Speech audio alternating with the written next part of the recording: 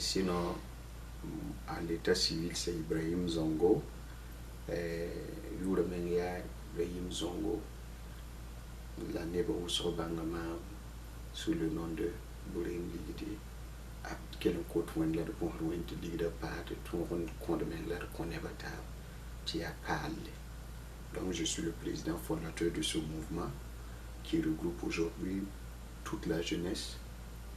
Voilà, qui a un souci de bien faire et surtout de bâtir un nouveau Faso ensemble.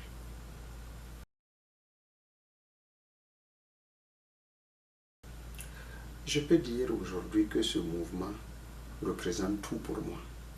Quand je dis tout pour moi, d'abord le mouvement c'est un mouvement d'espoir. D'espoir à la limite où c'est un jeune immigré qui a lutté et qui s'est dit que malgré que c'était difficile, nous ne devons pas nous contenter du minimum qu'on nous a dit que voici ce qui doit, la vie de l'immigré doit être. Voilà pourquoi, lorsque, en travaillant, j'ai toujours dit, et tout le monde a connu cette vidéo depuis 2000. Je voudrais dire que j'ai fait la vidéo là en 2016. Et comme je l'ai dit, c'est quelqu'un qui l'avait publié. Donc, en voulant m'exposer, alors la personne m'a dévoilé aux yeux du monde. Et depuis que cela s'est fait, alors je ne peux que continuer. Et au lieu qu'on focalise le mouvement là sur l'ambiance et tout, c'est bien de fêter, oui. Mais il y a une conscience que nous devons prendre derrière tout ça, parce que le concept aujourd'hui voudrait que chaque Burkinabé puisse donner le meilleur de lui pour maintenant et pour la génération à venir. Voilà pourquoi j'ai dit, il y a parlé, bâtissons ensemble avec une jeunesse dynamique et consciente.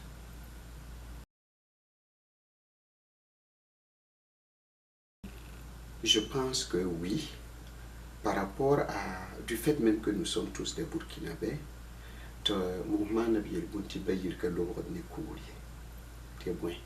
malgré que nous vivons sur le territoire américain, c'est notre pays d'accueil, mais toute notre pensée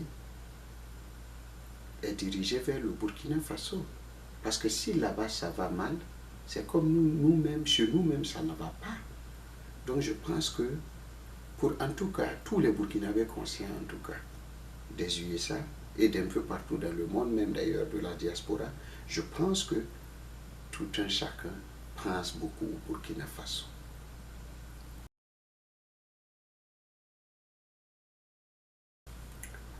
Bon, vous savez, mon point de vue sera toujours d'être au milieu, mais le plus important pour moi aujourd'hui, ce bras de fer-là ne construira pas le Burkina Faso de demain. Ce bras de fer-là est en train de montrer que nous sommes un État fragile, avec une population qui a soif qu'il y ait une justice à quelque part. Une justice dans la mesure où, quand vous lisez les journaux, vous vous rendez compte que quand vous écoutez les syndicats, vous donnerez raison aux syndicats. Quand vous écoutez l'État, vous allez donner raison à l'État. Mais en ce qui concerne moi, particulièrement président du mouvement Yapparlé, je dirais plus que mon envie, c'était de voir le syndicat et l'État revenir sur la même table pour continuer les discussions. Mais est-ce que cette discussion-là pourra continuer encore des mois et des mois? Si. Parce que Nibe Yib Hans Avatar Pi pour rien. C'est que Nida Yendat Yetayama Yidaye. Nidan Trindat Yuri at la rat ndigna hankoyo. Donc pour moi, c'est une situation qui n'arrange pas le Burkina Faso. Mais quand vous écoutez les syndicats, ils ne disent pas qu'ils ne veulent pas payer les taxes. Ils disent plutôt qu'il y a des textes qui doivent régir tout le monde. il ne faut pas que d'autres continuent de contribuer pour ce pays-là, pendant que d'autres s'amusent avec l'argent du pays. Et sur ce point, vous allez dire que les syndicats ont raison. Parce que même nous qui sommes ici, à l'extérieur, nous voyons directement ce que notre argent, on nous coupe par semaine pour ceux qui travaillent par semaine, chaque 2 semaines, ou ceux qui travaillent par mois. Nous voyons que notre argent est coupé, mais nous voyons qu'il y a un développement qui est là. Si nous allons aller du côté de l'État, je dirais que nous ne pouvons pas, nos États ne peuvent pas continuer à compter sur des bailleurs de fonds pour exister. Si l'État ne veut pas continuer sur des bailleurs de fonds pour exister, il va falloir faire un travail d'abord de sensibilisation. Parce que si vous ne sensibilisez pas votre population, avec d'abord en étant un exemple, vous n'allez pas pouvoir convaincre à ceux-là qu'on doit couper leur argent pour participer au développement. Vous n'allez pas pouvoir les faire accepter cela. Et c'est comme vous ou moi, parce que si tout humain aimerait entendre qu'on a ajouté son argent, mais s'il s'agit de couper, alors que les coupures là soient affectées dans des zones vraiment où on pense que soutenir la sécurité, par exemple, si l'État dit que c'est pour soutenir, et que demain vous vous retrouvez à voir qu'on dit qu'un maire ou un ministre a détourné de l'argent, mais qui est fou? Alors qu'on sait que c'est eux qui ont les plus gros salaires au Burkina Faso. Alors, qui va contribuer pour le pays?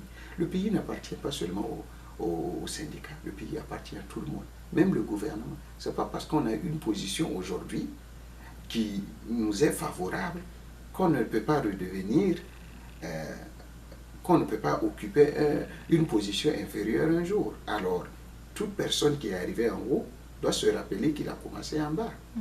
Donc, à ce niveau, il va falloir que la loi soit respectée, que si on doit couper des fonds, que les fonds soient vraiment injectés dans un développement du Burkina Faso. Mais si on dit qu'il y a vous avez lu les journaux récemment, on a dit qu'il y a des pertes de près de 800 milliards, mais qui fait ces trous-là? C'est ceux forcément qui sont devant l'argent, qui se servent comme ils veulent. Et personne ne sait où l'argent va. Exactement. Et c'est ça qui amène le refus. Sinon, cette lutte-là, elle est légitime. Que les gens luttent pour qu'on ne leur coupe pas.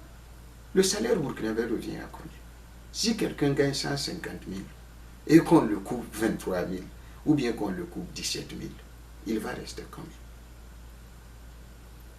Dans ce pays où les gens s'endettent pour aller continuer l'autre mois, ça devient difficile. Mais si les gens voient le sérieux que le gouvernement est en train d'amener, vous allez voir que les gens vont accepter les coupures.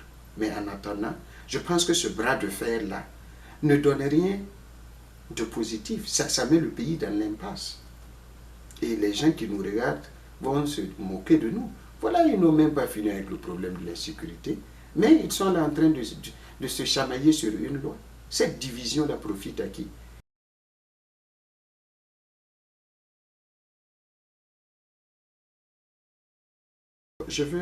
J'aimerais que ces questions soient en 2 phases.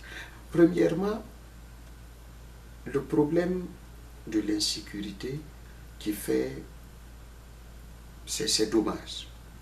Et il y a des déplacés, c'est encore dommage. Puisque les déplacés ne sont pas des gens d'ailleurs, ce sont nos propres parents. Et maintenant, comment nous allons arriver à prendre soin de ces déplacés? Ça, c'est d'abord une question qui incombe à tout le monde. Ce n'est pas parce qu'au nord c'est chaud qu'au sud ça ne pourrait pas être chaud.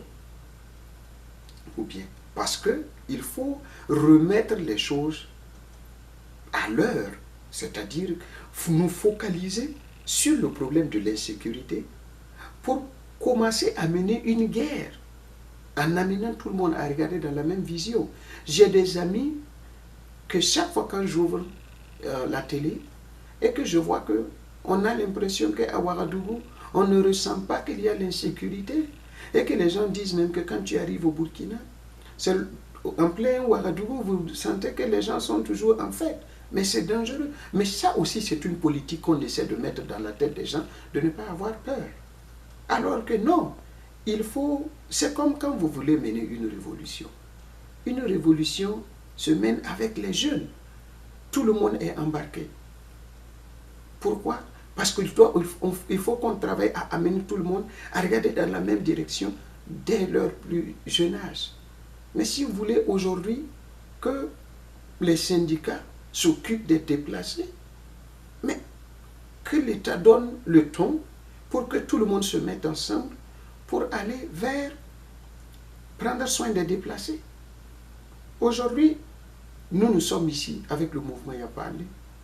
Nous pouvons dire que, ok, je vis aux États-Unis, je n'ai pas de problème. Mais nous continuons de faire des dons là-bas. Parce que c'est inquiétant. Mais je pense que chaque fois que je fais des vidéos où j'interpelle la population et le gouvernement à prendre le problème à bras le corps. Parce que nous n'allons pas pouvoir toute l'excitation et tout n'a de sens que si on a un pays. Si aujourd'hui on se met à marcher et que les terroristes nous tombent dessus en plein Ouagadougou, si la capitale tombe, qu'est-ce qu'il nous reste au Burkina? Il ne nous reste rien. Donc c'est comme je le dis, si les gens veulent qu'ils continuent de boire la bière, manger leur porc et faire semblant comme si le problème de l'autre côté ne nous regarde pas. C'est comme pendant la Deuxième Guerre mondiale, quand la France et l'Angleterre refusaient de voir Adolf Hitler s'armer. Le monde a jeté un regard ailleurs. Pendant que Hitler préparait la guerre, mais la peur de la guerre là, a amené l'Allemagne, l'Angleterre et le reste du monde à rester dans l'isolationnisme. Et ça nous a donné quoi? Tôt ou tard, il y a eu l'affrontement. Il y a eu combien de morts? Mais si on avait pris le problème dès la base et commencé à mettre les moyens, commencé à mettre ce qu'il faut, commencé à c'est une question d'idée, une mentalité.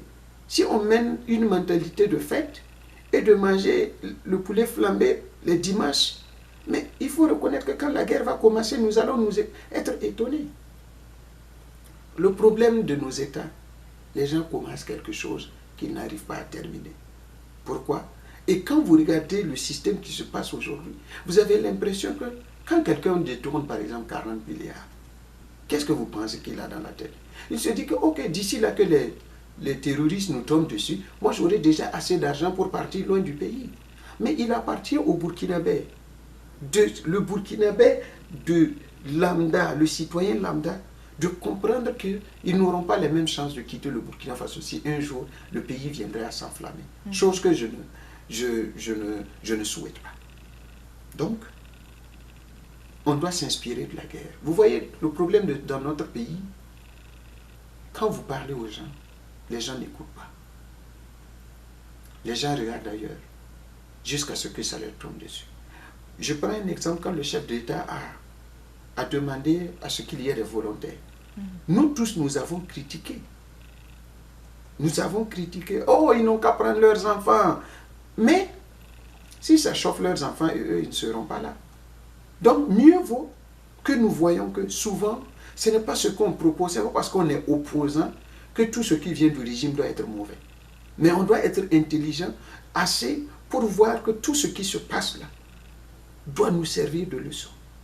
Aujourd'hui, nous avons perdu la moitié de notre territoire. Ce n'est pas pour effrayer, c'est une réalité. Et cette réalité-là, c'est quand est-ce que nous allons récupérer cette partie. Et les habitants de cette partie, font-ils partie encore du Burkina? Est-ce que nous savons ce qui se passe encore ailleurs, là-bas? Quand vous levez le matin, 10 mois, 15 mois, et avec ça, les gens s'entêtent dans un pays d'insécurité à vouloir organiser des élections. Qui partira voter? Les mêmes gens qui sont déplacés là, ou les inconscients qui continuent de manger et boire la bière là, sans se dire que le sacrifice là même là. Prenez la libération de la France. Pensez que qui a libéré la France? Il y a d'abord eu la résistance. Nous ne sommes pas au pays. Vous savez ce qui est dommage? C'est lorsque vous donnez votre point de vue, les gens disent que toi tu es ailleurs et tu parles du TS. Toi tu es ailleurs et puis tu parles de l'insécurité. Bon sang. Les Norbert Zongo, que leurs âmes reposent en paix. On parlait de ça. Vous refusez aujourd'hui de voir raison, de regarder la réalité. Il y a des gens qui peuvent brûler le pays et aller prendre leur café. Tout ça, ça nous retombe dessus. Et on a vu. Les Comporés ont refusé. Les gens à côté voulaient l'argent, voulaient manger.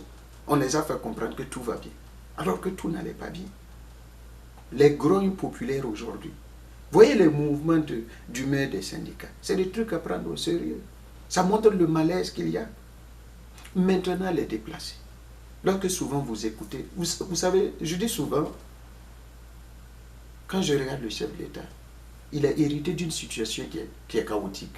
Chaotique dans la mesure où, quand vous amenez un ministre, vous lui donnez toute la confiance. Le ministre sort même pour parler à la population. Il ne sait même pas que c'est la population qui a voté le chef de l'État. Et je n'hésite pas à critiquer.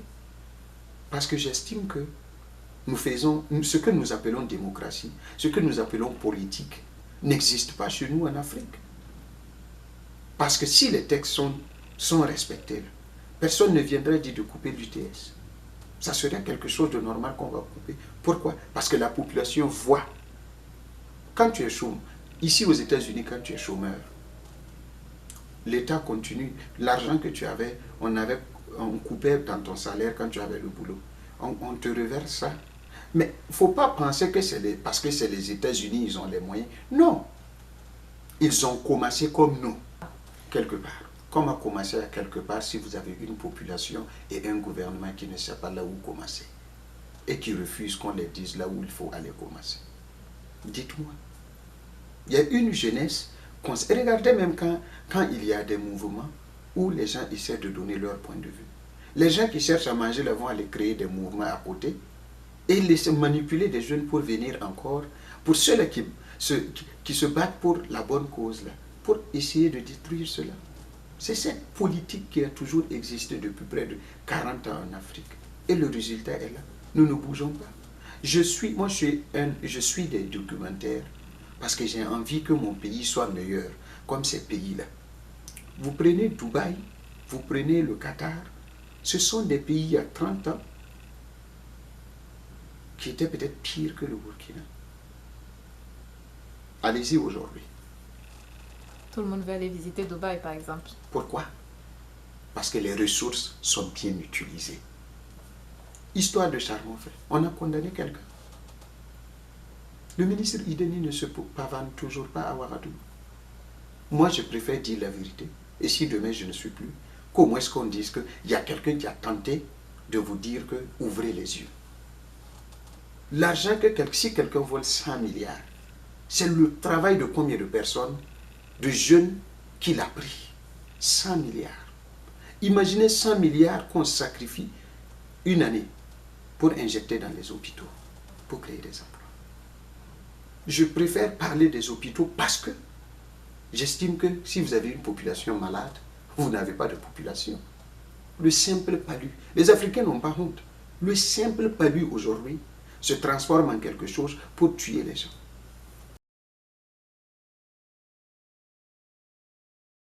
Vous savez, pour moi, le coronavirus, que l'âme des disparus repose en paix, mais pour moi, cette histoire de coronavirus voudrait que le monde retienne une chose.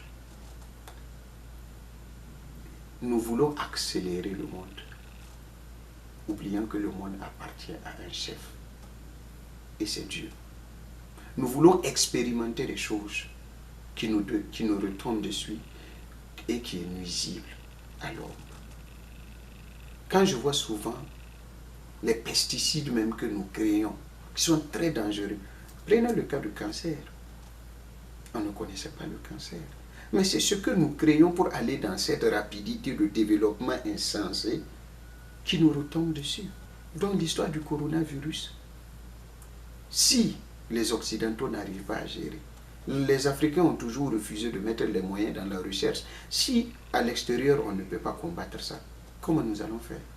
Puisque nous sommes le type de peuple qui nous ne donnons pas assez de valeur et de confiance pour compter sur nos frères noirs pour pouvoir avancer. Mais quand vous prenez par exemple les États-Unis, Beaucoup de savants étaient noirs. Mhm. Mais nous préférons aller étudier ce que d'autres savants viennent nous dire. On nous dit d'être heureux, heureux les pauvres car le royaume des cieux vous appartient. C'est le roi Léopold qui avait dit ça, de la Belgique. Comme à quelqu'un, pourquoi eux ils ne sont pas pauvres? Pourquoi eux ils n'acceptent pas cette pauvreté? Et comme les gens ne veulent pas accepter ça, les gens viennent nous dire que vous devez interpréter ça autrement, que c'est la pauvreté spirituelle. Alors que ce n'est pas totalement ça. Accepter d'être pauvre. Pourquoi eux, ils ne veulent pas accepter d'être pauvres pour attendre le royaume des cieux? Tout ça, c'est pour nous endormir. Et si nous acceptons cela, nous allons détruire nos pays. Donc le coronavirus aujourd'hui, qu'est-ce que l'Afrique va mettre en place? Déjà que nous avons du mal même à nous entendre. Qu'est-ce que nous, par exemple, au Burkina Faso, nous continuons de payer les habits au revoir France. Les yugu-yugu comme on l'appelle. Alors qu'il y a le coton chez nous. On pouvait tout simplement produire chez nous. Il n'y a pas de vision. Et je vous dis que je suis prêt aujourd'hui à amener les jeunes à avoir confiance en eux pour regarder leur intérêt. Aujourd'hui, si pour un simple jean, nous devons aller en Turquie, eux, ils produisent, nous, on a le pouvoir d'achat. Mais c'est insensé. C'est comme quand quelqu'un tombe malade, il veut aller en Tunisie pour se soigner. Souvent, les Tunisiens même ou les Marocains se posent la question, comment les Africains font pour avoir de l'argent pour se déplacer, payer un billet d'avion, venir rester, amener quelqu'un qui va rester à nos côtés pour nous soigner? Pourquoi ils ne sont pas assez intelligents pour mettre l'argent dans la santé? On ne peut que nous manquer de respect. Puisque nous montrons que nous ne valons rien. Et si ça continue, nous montrons à l'autre génération qui va venir que nous devons suivre comme des moutons. C'est comme le problème de la corruption. Aujourd'hui, la corruption, si on ne punit pas les gens pour la corruption, les gens vont penser que la corruption est normale. C'est juste, il faut être corrompu. Pour pouvoir bâtir, il faut frauder. Et nous passons de fraude en fraude. Et aujourd'hui, il n'y a plus de bailleurs de fonds. Pourquoi les bailleurs de fonds ne veulent plus? L'aide au développement. On donne 200 milliards. 100 milliards là disparaît même avant même de quitter l'avion même pour atterrir à Ouagadougou ou dans d'autres pays. Arrivé sur place, un enlève ici, il va nous rester 60 milliards. Les 60 milliards là, comme souvent nous dirigeons nos pays comme le régionalisme, chaque ministre maintenant veut aller enlever quelque chose donné dans son village pour qu'on dise que c'est le fils, c'est notre fils bien-aimé là qui est venu faire ça. Voici dans l'état où le pays est aujourd'hui. Ce n'est pas Chassé Compaoré qui a été le problème. On a pensé tous qu'il devait avoir un nouveau système qui marche. Et quand je regarde des gens qui disent que des élèves et étudiants de telle partie, quelle misère. J'aimerais voir ces étudiants-là et ces élèves-là lorsqu'ils n'auront pas leur examen ou lorsqu'ils vont être là en train être des fonctionnaires à l'université, élèves fonctionnaires à l'université. Pourquoi? Parce que vous avez suivi comme des moutons. Et quand vous suivez comme des moutons, la réponse est claire. Ça ne dure pas. 1 année, 2 ans, les mêmes gens seront là. Ah, il y a un mandabouin, attends des bécas depuis Ibéron de Routier. Il n'y a pas de solution. Vous savez, j'ai toujours dit, ce n'était pas le problème du président de la République. Pourquoi? Parce que c'est le problème de tout le monde. Tout le monde là commence par quoi? Par nous-mêmes. Parce que si quelqu'un vole et l'État n'est pas capable de faire punir le voleur, les gens ressortent dans les rues. Ce n'est pas ce qu'on a voulu de notre pays. Et je pense que face à la masse populaire, personne d'autre ne peut dire le ministre sera puni. Prenez le maire de Ouagadougou. Je n'ai pas peur de mes propos. C'est où on a vu ça. Ceux qui nous ont colonisés même là, n'osent même pas faire ça. Ils détournent l'argent du pays. Vous avez vu les images récemment où ils se promènent à Ouagadougou pour saluer les gens. les mêmes gens que vous saluez là, prenez l'argent que vous avez volé et vous arrangez le pays. C'est dommage. Et comme je le dis, ma venue au Burkina Faso, je prie le bon Dieu pouvoir venir encore apporter un plus au sein de la jeunesse avec des conférences. Moi, je ne rentre pas pour payer la bière aux gens. Je rentre pour que chacun prenne ses responsabilités. Le système ne marche pas. Ce n'est pas à moi de le dire. Tout le monde le reconnaît que ça ne marche pas. On a tous eu... Moi, je fais des vidéos où je dénonce. Où chaque fois je dis, je critique pour que les gens ouvrent les yeux. Notamment même les premiers responsables de ce pays. Ouvrent les yeux pour regarder là où on va. On fonce tout droit dans le mur. Mais maintenant, quand le problème de l'insécurité est venu, on a fait profil bas pour se dire que ça